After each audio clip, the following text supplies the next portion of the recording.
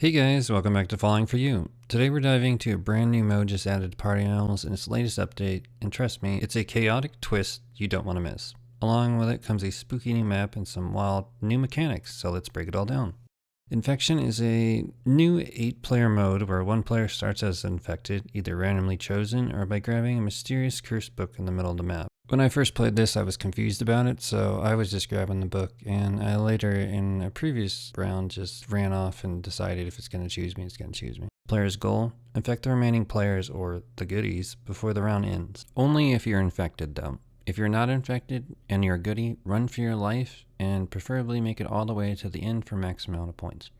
So essentially, there's two ways to make points in this mode. Either one, try to last as long as possible, preferably to the end, without being touched for max amount of points, or you decide to get infected and infect everybody else, which gets you a lot of points for each person you infect. I generally figured out that was the best way, but it's always cool to survive all the way to the end, so you take your pick. Personally, I just prefer being a goodie, and if I have to be infected, then I'm going to try to grab people as quick as possible, but I'm not looking to automatically be picked or run up to the guy and say, pick me, pick me. I prefer them earning it, so each their own. Truth be told, it's basically hide and go seek combined with tag in its simplest form. However, there's quite a few hiding spots on this game, and you can always continuously keep moving. It's more just being elusive and even hiding in plain sight. But let's go over a few aspects of the game that make it a little different. The cursed book, as I mentioned, whoever touches it may become infected first. If no one grabs it, the game randomly picks someone at random. And the cursed area around the book becomes cursed and gradually spreads around the map. As you can see with the green, it slowly turns everyone to their side, and the fact of you start shrieking and you give off these green little, for lack of a better term, rays coming off you. So even if you're hidden or knocked down, it starts giving you away.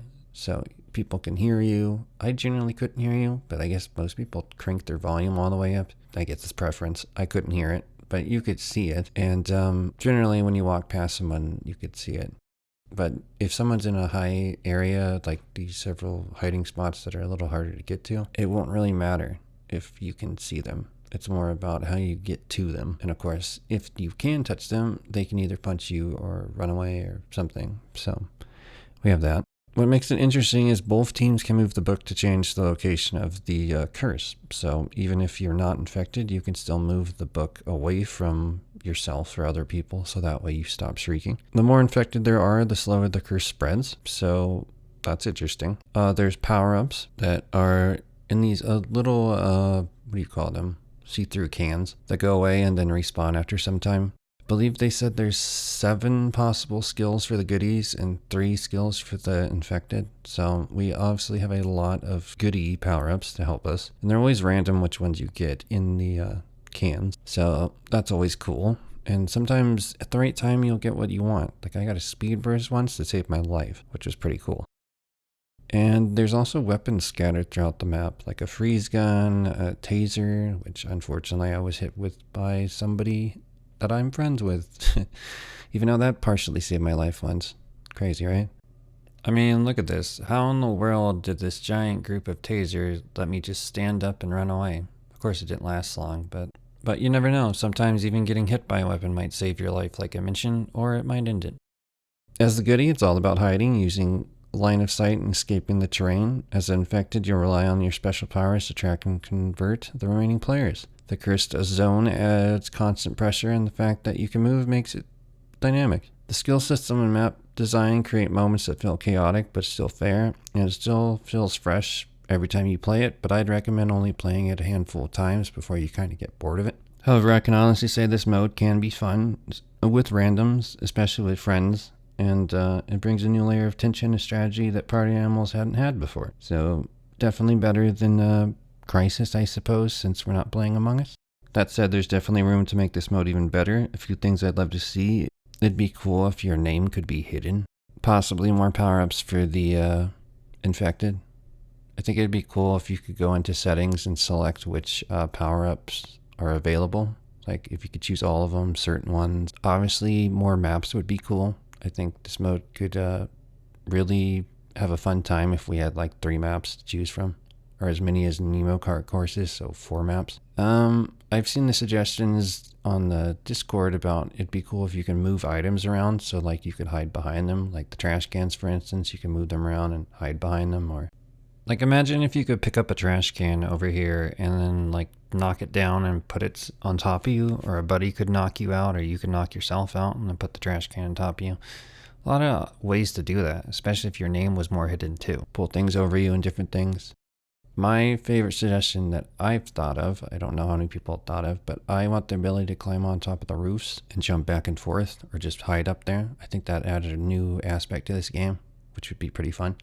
Additionally, it would work for both sides. Like imagine you're a goodie and you're just scoping up the top and you can see everybody running around at the bottom for their lives. And then you could also see the baddies, or the infected, running around trying to find you.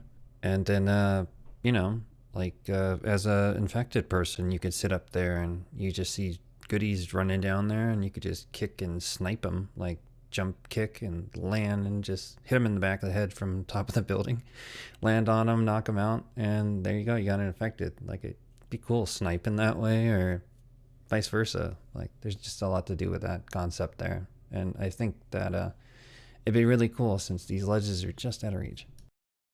And yeah, overall, Infection is pretty fun, and it adds some much needed variety to the game. I know this game has so much variety lately where they're going in so many directions, saying let's copy Mario Kart, and let's copy Liar's Bar, and let's copy Among Us, taking all the trends that are popular.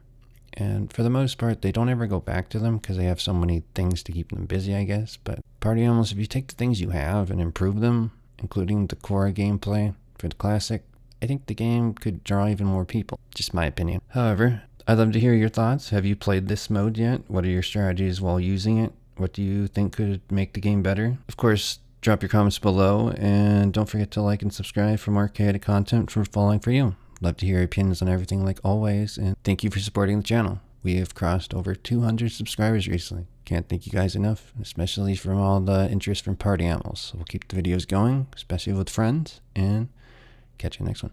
See ya. If you enjoyed this video, look forward to my next video in which my friend Tipper and I will go over various hiding spots in Infection, and even try some out ourselves that we think are pretty good and a guide did not mention.